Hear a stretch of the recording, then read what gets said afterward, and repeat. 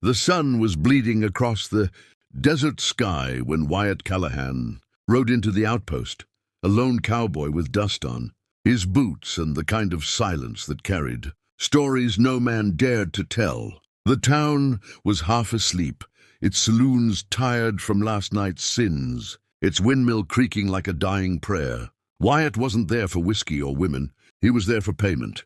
He'd done a job, dirty, dangerous, and not the kind that earned a man respect. He'd tracked down a band of rustlers who had crossed the wrong rancher.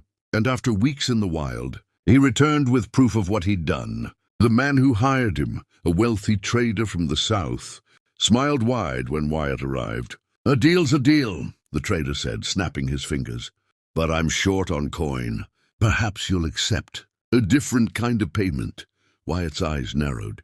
"I didn't ride through hell for jokes," the trader laughed, signaling to two men who dragged a young woman out from the back room. Her wrists were bound, her clothes torn, but her posture, her eyes, held the kind of defiance that could cut through iron. "An Apache slave," the trader declared proudly. "She's worth more than any silver I could give you. Take her, cowboy. She's yours." Wyatt's jaw tightened.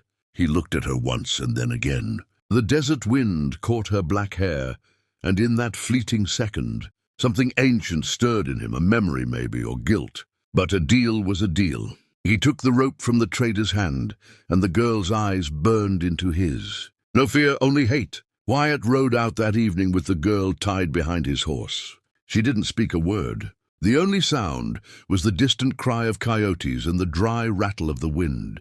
When he stopped to make camp, she refused water, refused food, and when he turned his back, she tried to cut her bonds with a sharp stone. Wyatt caught her before she could finish and threw the stone aside. "You keep doing that, and the next town won't even know your name before they hang you," he said coldly. Her voice broke the silence for the first time. "Better to hang than serve. A man like you," the way she said it, hit him harder than he expected. He didn't reply. He just sat by the fire, listening to the crackle of the wood, pretending her words hadn't found their mark. But deep down they had. Days passed like a slow wound. Wyatt realized the girl was no ordinary captive. She carried herself with a quiet power, like someone who had known freedom too long to bow. She didn't beg, didn't cry. When the sun was high, she walked beside the horse, proud even in chains. One night, as they camped near a riverbed, Wyatt finally asked, "What's your name?" She looked up at the stars, refusing to look at him. "Names mean nothing to men who steal them," he sighed.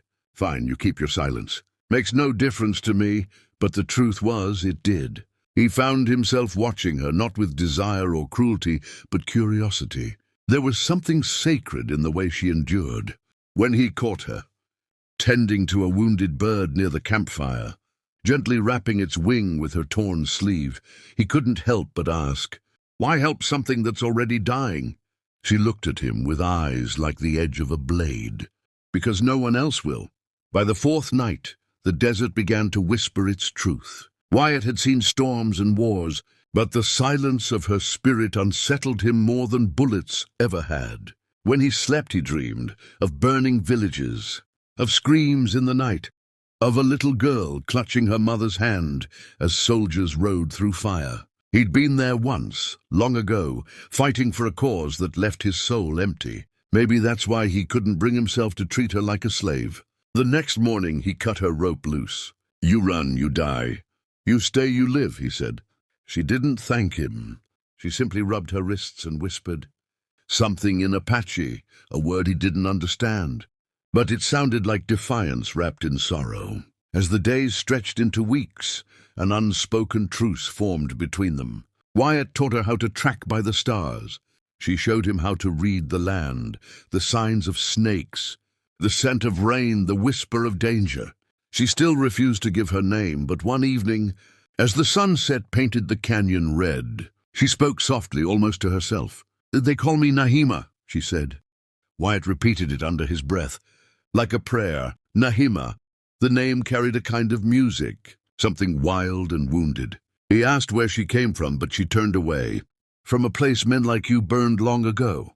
Then one night, when they stopped near the edge of a canyon, everything changed. They were surrounded, silent shapes moving in the darkness, painted faces, drawn bows, Apache warriors. Wyatt reached for his gun, but Nahima stepped forward, her chains glinting in the firelight. She said something sharp and commanding in her native tongue. The warriors froze. Then the largest among them stepped forward, an older man with silver hair and scars that spoke of battles survived. His eyes fell on Wyatt with pure hatred, but when he looked at Nahima, his face broke into disbelief. "My daughter," he whispered. Wyatt's heart dropped like a stone. The world went still. Nahima didn't move. Tears shone in her eyes, but her voice was steady. "You sold your soul to save me, father, but this man—" She turned toward Wyatt, her voice breaking. "This man saved me." The chief's gaze hardened. "He took you as a slave." Wyatt stepped forward, his gun lowered. "I didn't know who she was. And if I had, maybe I would have made the same mistake. But I didn't harm her. I couldn't." The old man's eyes burned with conflict, hate, and gratitude warring inside him. The warriors murmured among themselves, arrows still ready. Nahima raised her hand. "No blood tonight. Not for me." When the warriors finally vanished into the darkness, Wyatt sat by the dying fire, his heart heavy. Nahima stood beside him, free now, her chains broken. She looked at him, her voice softer than he'd ever heard it. "You don't understand, do you? You were meant to die tonight, but I couldn't let them." Wyatt met her eyes. "Why?" Her answer came like the wind, faint and eternal. "Because you saw me not as a slave, but as something more." She turned to leave, her silhouette fading into the starlit desert. He watched her go, knowing she belonged to the wind and the wild, not to him.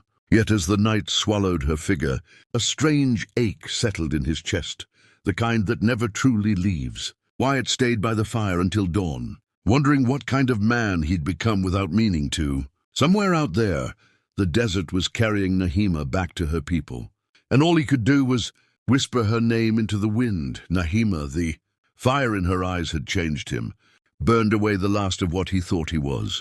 The cowboy who took a slave now carried a ghost in his heart, a ghost named forgiveness. And deep inside, he knew this wasn't the end of their story.